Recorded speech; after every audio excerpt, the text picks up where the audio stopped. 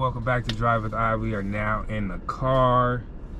Like I said, man, we're gonna hit on some topics. But we're really gonna take a trip down memory lane because me and my man here who's rolling with me today, we have so much basketball history, from John Burroughs to growing up throughout Los Angeles playing basketball to the Drew League, to the Say No. Say No? To the Say No, to the Drew. Real quick, man, my guy Craig Smith. Hey, real quick, just let everybody know where your basketball journey started and who introduced you to the game. Man, I started actually in the inner city. My first park before Pan Pacific was definitely a park on the east side. Obviously, I'm having a brain fart, but I'll give it to you in 2 seconds. My mom is the originator of the game. My mom went to Dorsey. She played, and my first park was St. Andrews Park. Because originally I was born in Inglewood, but originally that was my first park. And then we relocated. My mom relocated. She got a job at UCLA, and we ended up at Pan Pacific. And a lot of things started, especially outside on those basketball courts, where I really took a liking into the game. So, and it was up to her because she had an opportunity to actually go overseas, but I was really young, and so she sacrificed to be able to take care of me and my siblings and forego her dreams, and that's why I felt led to this passion of me playing basketball. And right now we're in West LA, specifically Hancock Park, heading towards John Burroughs Middle School, where you went to middle school. Yeah. And that's where we first met at like 8, 9 years old. Yeah. Where we played with the Junior Lakers. Again, I'ma say it, dog. we were like the first Kobe and Shaq, man. We really were. I remember grown men hating on us to try and stop our success out there on the court. But we only had one loss. Yeah. And what was cool is like the introduction, because you had came late. It was like we had like 2 games already, but it was tough because like in the beginning I felt like I was playing point forward and center, and that's why I felt like I'm good with handling the basketball because I had to do that early. And then when you came, you just made it so much easier. And I was like, oh, we bought it. Like it was like after the first game, I thought we was gonna win the championship like by 50. For sure. And you know what's crazy? The city championship that year was supposed to be at the Forum. Remember? No, Sports Arena. Oh, was it the Sports Arena? Yeah, Sports Arena. Okay, so it was No. It was a Forum, right? It might be a Forum. Because I remember I was so hot that they took that opportunity from us, man. So hot. But then, basketball continued for us. But that was where we first met. That was where we first started hooping together. Yeah, man. And that was where that history started. Of course, started playing through the parks through LA, at Pan, the Say No. I remember you were killing in the Say No. I think you had to go back to school. And that was funny too, because me and Darrell Wright was on the same Say No team. Nobody knows who we were. Killing. Yeah. The one year I think we were together was with you remember Kirk Bertrand? He was the coach. Yep.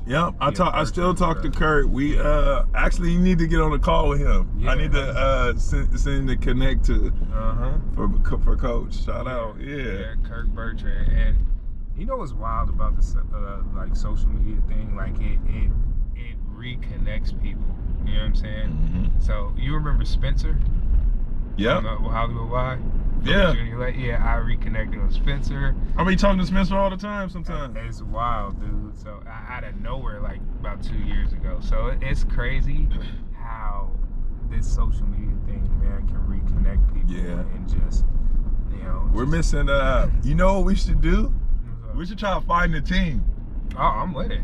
Like there's a Gabe was on there. Yeah. There was a ton of other people, but like we got Spencer.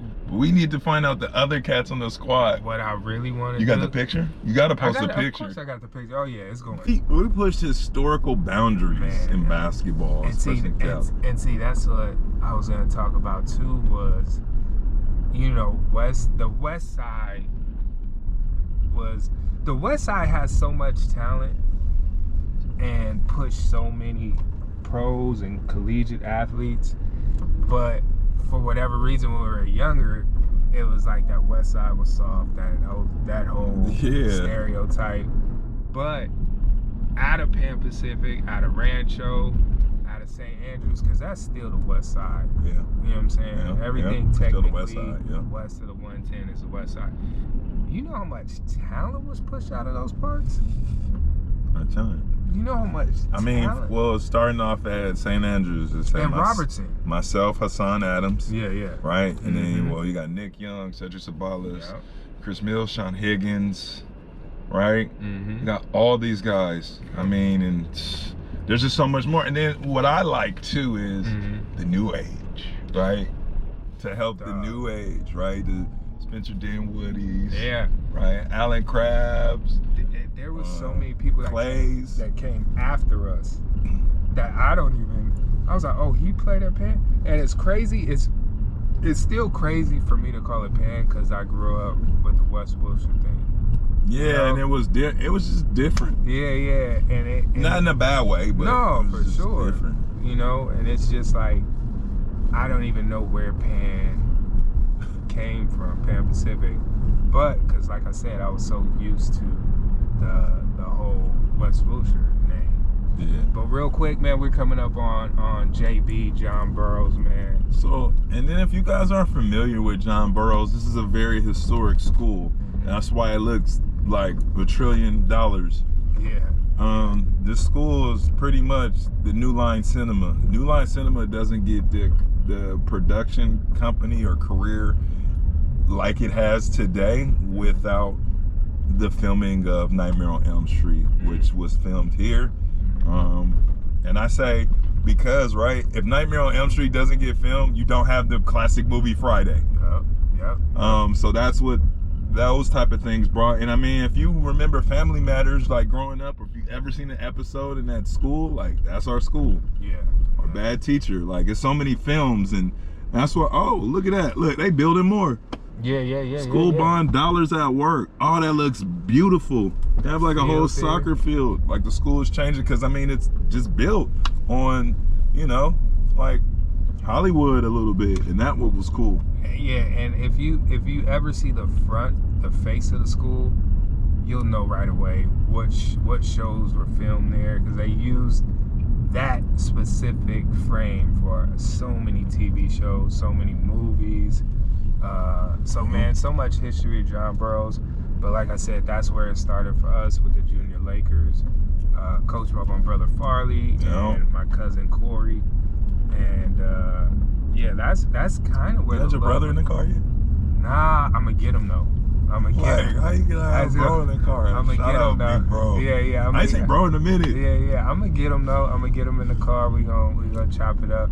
For me and him, we're going like, you know, cause it's sports and pop culture. So we're going like 90s R&B. You know what I'm saying? 90s, 2000s R&B, even the 80s. You know what I'm saying? Yeah. But yeah, real quick though, hey, I want to get right into it. This is a question I love asking people. I want to know why they think how they think. Top 2 NBA players of all time, not 3, because 3 I feel like, the third one you just don't want to leave out. So you're like, so I want to go top 2. Well, one for me growing up, being born in the city of Inglewood, Magic Johnson's always been a staple of a favorite player of mine.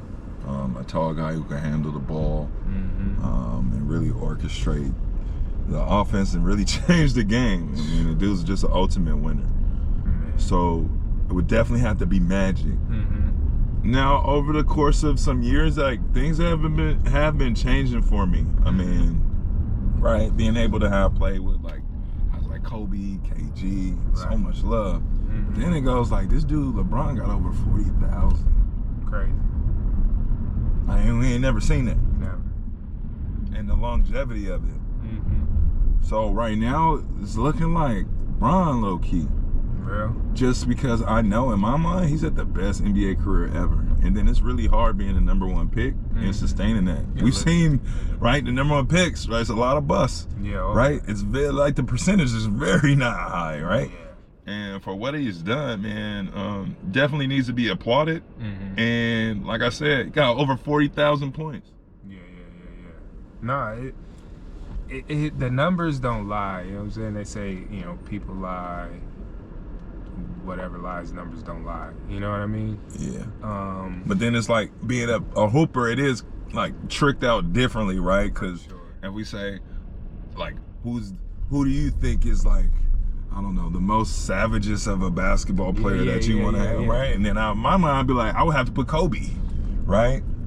So it's just, it's just different wordplay. But for right now, what that man's done, like, you gotta give him his flowers. Like, the man beat Kareem, and Kareem had one of the most unguardable shots. Yeah. And LeBron's not a scorer like that. Yeah. You know what I'm saying? He's a playmaker. He makes the right play. So the fact that he gets 40,000 off of not even really like being like that ultimate scorer. Yeah. That's pretty killer. That's not his like first mindset type of deal. Nah, you know what's crazy? So it's like you say one person, if you leave that other person off, you hating on that one that you left off. You know what I'm saying? Because for me, right, like it's Mike and then Cole and then Magic. For me, Mike, Cole, Magic, and Bron is right there. Bron and Magic could probably interchange at any point, you know, for me. But for me, it's like I said, number one, Mike, and it's really 1A and 1B, Cole, for me. And the reason why, like you just said, numbers can be, especially from a player's point of view, numbers can be kind of like, while you respect it, you have total respect for it, but at the same time, you're kind of like, but I see something different. Even though he has these numbers, I see something different in this guy. You know what I mean? Yeah. The longevity thing is all respect. I love it. I love the fact and appreciate and give flowers for what LeBron has been able to do, longevity-wise. But when I see dudes like Mike and Kobe and Magic, like, People say, you know, LeBron has such an impact on winning, and he does. But you know who the first person who had that type of impact on winning was? It was Magic. For me, right? Because he came out the gate with it. I mean, right, he won a college championship, and then he comes into his rookie season, wins an NBA championship. You know what I'm saying? So he was kind of the blueprint for a LeBron. You know, just like Mike was kind of the blueprint for Cole. Yep. But, I totally agree. But the thing for me, right? Okay, so this is my theory, right? Yeah. So you got LeBron, 6'9", 260, 6'8", 260, 250, right? He literally can play any position on the court, right? Physically, he was ready to go out the gate as a sophomore from St. Vincent, St. Mary's. He can play in any era. Yeah, put him in the NBA, he's fine, right? Strictly off of his physical abilities. The high school Bron wasn't there skilled yet, you know, at the skill point yet. But you have Mike and Kobe, right? Yep. Listed at 6'6", maybe 6'5"-ish. You know what I'm saying? Nothing physically impressive about them. You know what I'm saying? To me, like, basketball-wise, right? Because you got dudes like... Yeah, because they're slender, right? They're not like there's nothing, a dominant force to be like, oh, like, do my post. Because look, like, you're a big dude. You know what I'm saying? So you're physically imposing. Like, LeBron is physically... You see LeBron and you like, dang. You know what I'm saying? You know, Kobe, like, if I had a choice, right? If I had a choice, you got Mike, Kobe, Bron. Who would you want to guard? I'm not picking that guy. I'm not picking the 6'8", 260 dude. You know what I mean? I'm probably gonna go with the 6'5", 6'6" guy. You know, but I see what you're saying. For me, what Kobe and Mike were able to get out of their fairly unimpressive frames was remarkable. Like, to me, the GOAT debate shouldn't even be a debate. It should be LeBron James, hands down. He was built to play basketball. He was built to, and not just to play, but to dominate. Yeah. Kobe and Mike were very, very average when it comes to physical build. They worked their tails off. Yeah, their heart and their determination was just on another level, and that's why they're ultimate winners and competitors. And see, you know firsthand, you've seen it coming at you. You know what I'm saying? I seen them, the lion looking at a lion. Like, man, I'm not gonna back down, but I know this is a lion coming at me too. Yep. And that's the thing is, and again, like, because I have Mike and Cole 1A and 1B, and maybe Bron 4 behind Magic, people be like, oh man, you hate Bron. I love Bron. Yeah. I think and you know what's crazy? I love him even more off the court. You know what I'm saying? For what he does. You know what I'm saying? For what he does for his community, for his people, I love it. But if we're talking on the court, I gotta go with those three. Mm-hmm. You know what I'm saying? And I don't really think there's nothing wrong, right? There's debate, and like, how can we really debate eras like that? It's really tough, right? It's really opinions at the end of the day. So I don't think it's wrong. People just like to do that because you like to make argumentative points. But I mean, look, Jordan's 6-0 in the finals. Kobe's the only one who won the chip. Well, without a top 75 player? Dog, I tell people this all the time. So, that chip against that Boston team was by far Kobe's. That was his moment. Yeah. To me, that was that moment that he had to make happen. Because to me, if you go 1 through 12 or 1 through 13, 14, that Boston roster, like, people talk about the Golden State Warriors, Mike's teams, but look at that Boston roster, and you know it. That Boston roster was ridiculous. And they had just won it prior, a year and a half out. The only reason they felt like they didn't get the back-to-back was because of KG's injury. Got hurt. But yeah, I think that Boston chip was Kobe's. That was his moment. That was his, like, defining moment. Because that team was tough, and it wasn't that they were just so good. They were tough too. You know, they were hard to guard. They were a unit, right? Tony Allen was one of the best defenders in the league, especially when it came to guarding Kobe. He was younger. He was quicker, right? And he was a student. I think he, like, in my mind, he was a step up from Shane Battier because it just felt like he had a little bit more grit, dog, toughness. Mm-hmm. And there's no disrespect to Shane, because I think Shane is a wonderful defender. And I think Shane is very knowledgeable of the game. But sometimes it's like another factor that you have of a secret ingredient. And I felt like T.A. was one of those. Man, what? And they had...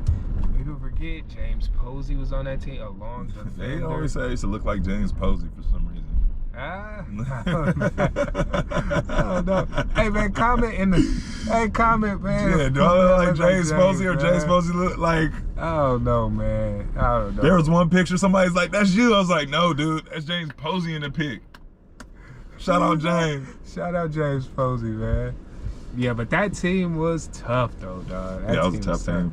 And then for Kobe to get it done without Shaq, that was huge. And he went 2-1 without Shaq. Mm-hmm. Like, I look at all that stuff, man.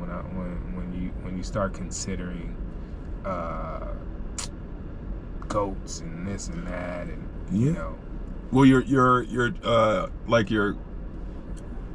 how would you say it? Like your climax, right? Mm-hmm. That pivotal change of, well, it's not good as it used to be, and there's now like a pivotal part in my life in which I need to make an adjustment to be greater. You know, like you have that strenuous, stressful moment. Like, can you make it out, or are you gonna fall? Are you gonna fold? Yep. Yeah. Yeah. And every single time he was faced with something like that, Kobe just elevated. Like it came from court. Case. I mean, coming from. That's 40. That's wild. That is wild, dude. Like, that's crazy. I don't think people really understand. Like, when you were playing, what was like your ritual, like your pregame, like your game day ritual? I needed, especially in LA, I needed some Dupars. I needed the Dupars omelet. We right that was my Dupars, thing. The farmer's market. Shout out Dupars. I needed Dupars. I needed my snack before, which was mostly like a nice candy bar and like a Martinelli's apple juice. That, for real, you can't be my friend if you drink Treetop apple juice. I'm gonna be honest. Martinelli's the best apple juice. Sorry. Sure. I'm over here plugging people now. But, hey, Martinelli's, holla at me, man. That, and then making sure I got my right music list, like of what's going on at that particular time, of what's feeding me a euphoric energy to go out and continually be at my best in this game. Kobe didn't have that at those games, those games coming back from court. It's like, all your rhythm can be thrown off just by this, by that one little thing. I wasn't able to do somebody this trying to put you in jail. Like, you could go to jail, or you got to give up some money. So the fact that you have that type of pressure, and if you ain't been in the court judicial system, it is different and it's very serious. There ain't no games being played in there. Nobody's really laughing unless you're like outside the court. Everything inside the court is serious and it's cold in there. It's freezing in there. Hey, so real quick. Yeah. We're right by your old stomping grounds, man. Fairfax High School. Can I let the people know what's about to happen? Yeah, let them know, man. Let them know. Because I think I saw it on your Instagram, so it's already out there. My man is being inducted into the Fairfax Hall of Fame. Dog, how does that feel? That feels really crazy. To be in the likes, right? Herb Albert, right? Red Hot Chili Peppers, Slash, right? Of course, Mills and Demi Moore, right? Byron Allen. Byron Allen's like a billionaire, right? Yeah, he trying to buy BET. Dude, hey, Byron, what's up, man? Rhino trying to holler at you, dude. Hey, I did not know that Byron Allen was like that, but you're like that. Yeah, he's like that. I appreciate it. So shout out Byron Allen. Yeah, man. So, the Jacksons went here, right? This is a very historic area, and I think this is one of the areas that really got me thinking outside the box. And an area that let me know, like, what I want to get is possible. I was just about to ask you that. So, when was it that this whole NBA thing became like, oh shoot, I think I can make it here. I think I could do this. So I felt like I manifested as a kid. I wrote it in stories. And I talked about it, right? Yeah. I said it, but then it came to a point, I think it was Worcester. Worcester, my freshman year solidified it, because that's when I was like, I can get up out of here at any time, but I think I'm still really young and I do need to work on my body. But I could have left in and really went in there, but I think there was some more maturity, and my grandma had passed when I was young, so I was really in my mindset like, I gotta get my education for it, right? Because I think that's something important, because I'll be able to make money regardless after basketball or not with this defined education from Boston College. So I was focused on that, but in my mind, I feel like my heart always knew. Okay. My heart always knew, but after freshman year, I knew. Well, I was averaging 20 and 10. I was with Jared Jack. Right. And we had just lost to Rashad McCants in the knapsack final, but we were one of the top 10 teams. Hey, Rashad is hilarious. Shotty funny, man. Ended up being my teammate in Minnesota too. Yeah. So at Worcester, you like, oh yeah, I can get up out of here. I can actually play at that level. Because I thought of myself as an All-American then. I thought of myself in those ranks. And then I go into college and it's just like, hey man, this is easy. Yeah. But I had Troy Bell though. Yeah. And so that I couldn't get double. Because you got Troy Bell who's an N1-3 waiting to happen or an automatic bucket. He was so tough, yeah. Shout out TB, man. But he made it easy for me. And then after TB, that's when I started understanding double teams. Okay. But then I had a pleasure. I lost Troy Bell, but I gained Jared Dudley. Killer. Shout out Jared Dudley. One of the greatest players I got to play with also. A very smart guy just about the games, right? And an underdog, just like me. We shared that. And that was so cool to share those type of experience of being underdogs. And then it's just down the street in Cali. You know what I'm saying? San Diego, right? Yeah, Sandy. Yeah. So, like, those Boston college years were crazy for you. You see the Tesla right here? The Tesla truck. Oh, I love it, dude. Like, I want that car. Yeah. But, see, this is one thing about Fairfax. You got Melrose right here, man. You can go lose some of your money sneaker shopping after school. I was having a conversation with my former teammate Marco Yarich, and he was talking about. He was like, "Yo, so you went to Fairfax?" I was like, "Yeah." And then he just started calling me Melrose Place after that. Hilarious. Oh shoot. But it is like it's a culture here, right? It's a lifestyle. It's different. Like anybody knows, you come up on Fairfax area, like it's the culture in the city. Like it's popular. It for sure is a culture, and you know what else has? It's like a vibe. Like Venice has its own vibe. Yeah. You know what I mean? So Melrose definitely has its own vibe. Fairfax in general. You know what I'm saying? Fairfax and Melrose have their own, like you said, culture, their own feel, their own vibe, man. Yeah. With the sneaker shops, the food, the restaurants, everything, and Melrose is just that place. Still get them haircuts over here. Yeah. And you know what I'm saying? It gets shouted out in songs all the time. So Fairfax and Melrose is for sure just a vibe and a feel. It's a culture all in its own. I always say LA made me this way, man, and being a test of the culture and the people, man. There's nothing greater, I feel like, you know? Yep. Like, this is home, man. Man, those, it's crazy because, you know, watching you at Boston College, man. I went all the way to Boston, dude. That's crazy. That's crazy. But, so would you say, because the prep school wasn't big for us out here. So how'd you get plugged into Worcester? Yeah, because I felt like I was like that kind of, I don't know, I felt like I was part of a process that started everything to where like things are today. Because like, right, how do you get guys like Craig Smith to leave Los Angeles? He shouldn't be able to leave, but there was a few schools, and obviously I was able to, you know, still communicate with my college. And you know, there were some schools that were recommended, you know, and that was really good. And West Coast, you didn't have prep schools. They were all on the East Coast, and that was a real thing because let guys like really mature and get things right. And for me, I just came from like a big LAUSD school where, you know, there were just a ton of people in the class. Now I go to smaller school, and right, there's only 12 of us. I got to be called on to different things. So for me, I did a lot of maturing because I was young for my age. I graduated at 17, like barely 17. So there was a year of process for me that really did well and let me compete at a high level in both the classroom and the court. And that was big because Boston College is a Harvard, is like a Princeton, right?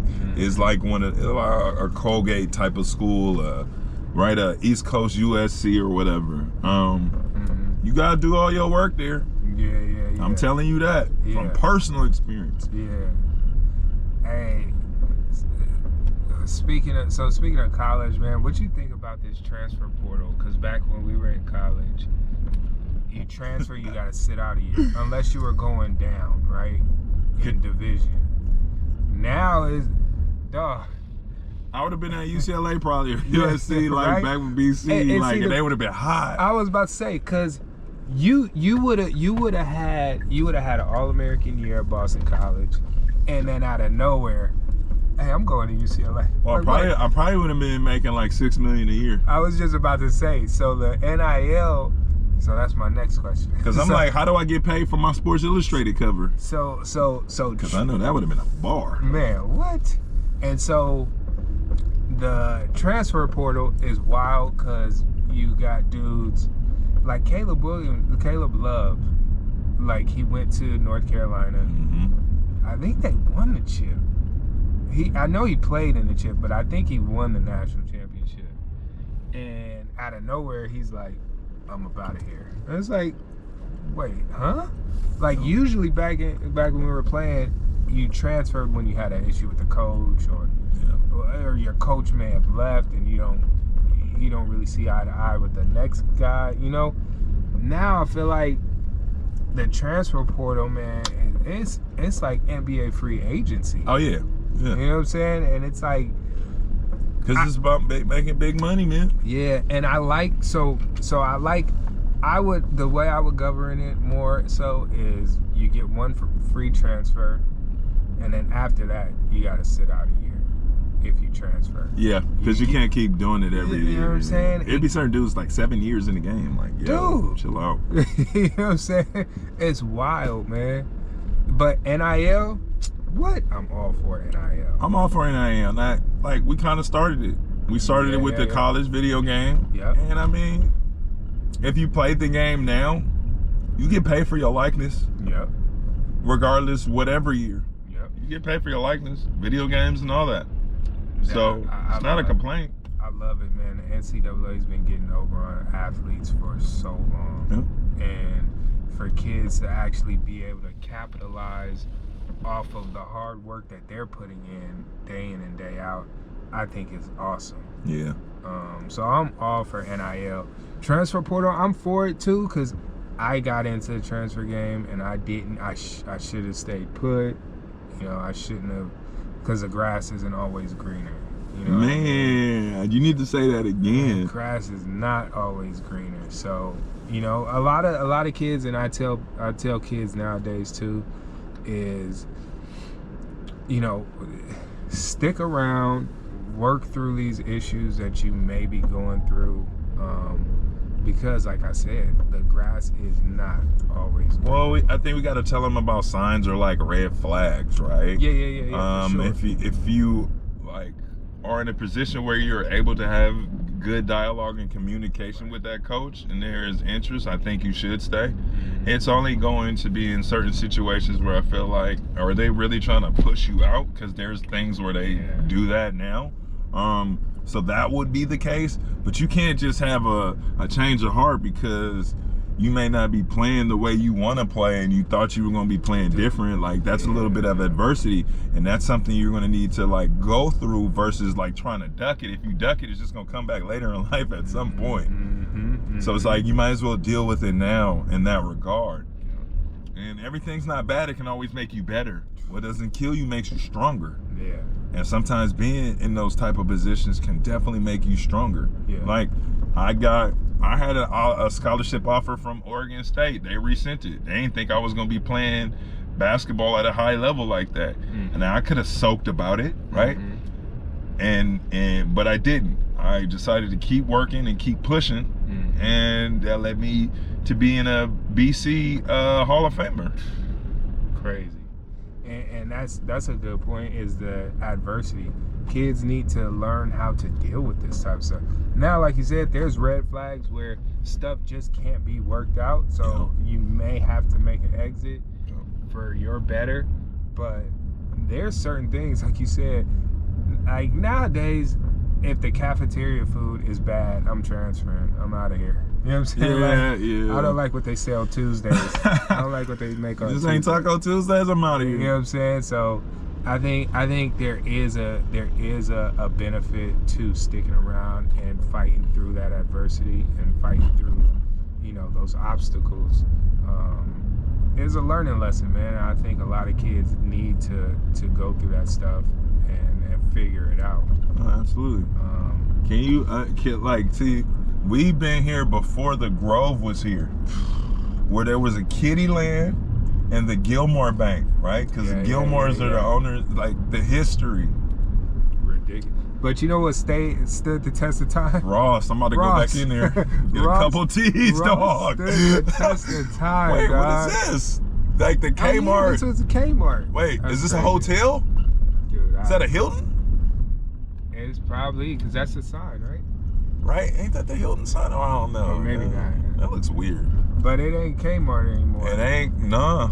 But Ross standing tall for Ross decades. standing tall. I got a couple, look, I got shoes out that joint. Man, I remember what?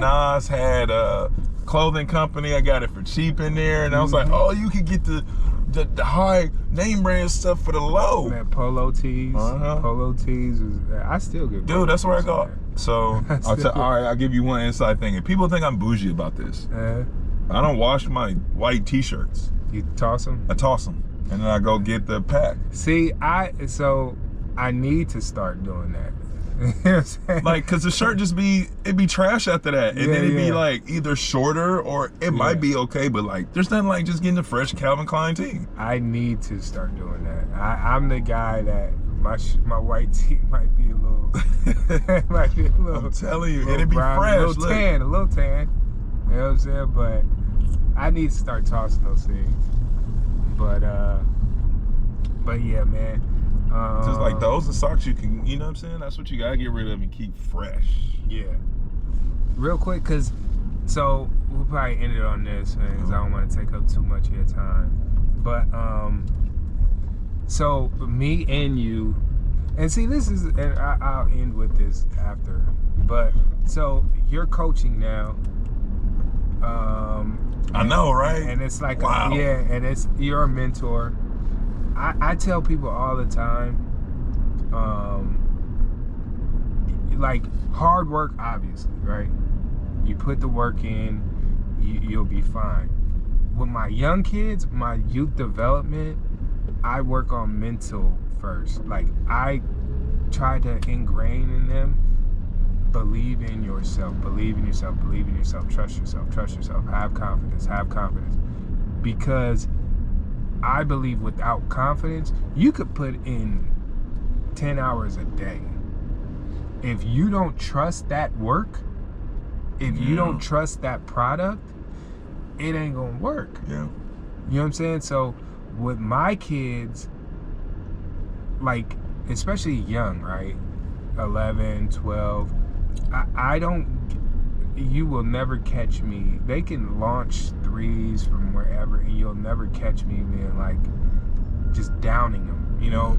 Because I tell kids all the time, there's a couple things you're going to do in basketball. You're going to turn the ball over, you're going to miss shots, you're going to get scored on. Yeah. Go on the other side, try to make up for it. But if you know this stuff mentally already going in, don't be shocked and beat yourself up when these things actually occur. Yeah. Right? Yeah. And that's me trying to build their self-esteem and their confidence, knowing that coach isn't going to just yank me once these things that will happen actually happen. Yeah. And then, well, there's one thing about this new age. It's instant gratification. Right?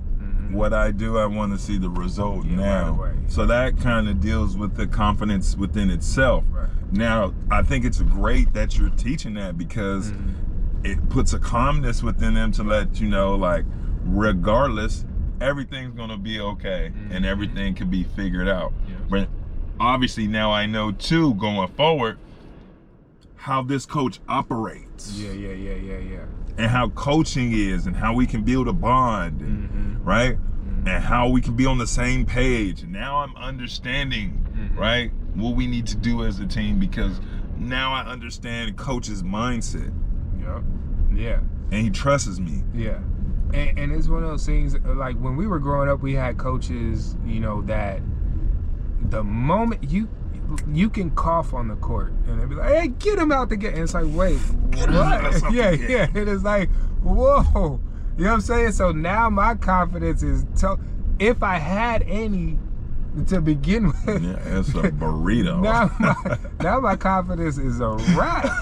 You know what I'm saying? So it's like, you know, I had a coach once when I was younger. Uh-huh. I wiped my feet. You know what I'm saying? You wipe your feet for traction. He get him out. I'm like, wait, what? He's like, you could wipe your feet off the court. I was like, really? New eras, new times, man. People used to just, you know, it's like being at work and that one person get mad about something you do at work. Yeah. That's what that feels like. And for me, it's like the one thing that I think we as athletes can all agree with is that we would like is not necessarily for coaches or whoever to give us anything, right? Yeah. But just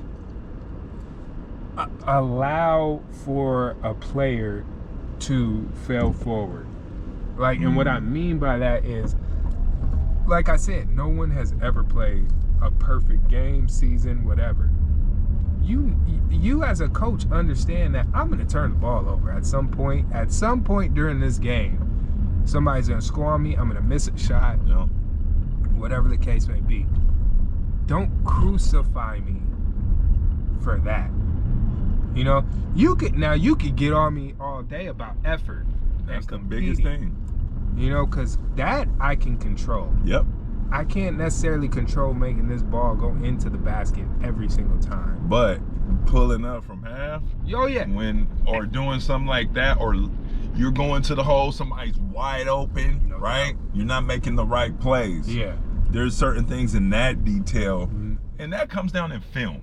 Yeah, right? Yeah. It's just for the player to see. And I was gonna say too, that for me, after I build you up, now we can start talking about good shot selection, clock management, game management, decision making.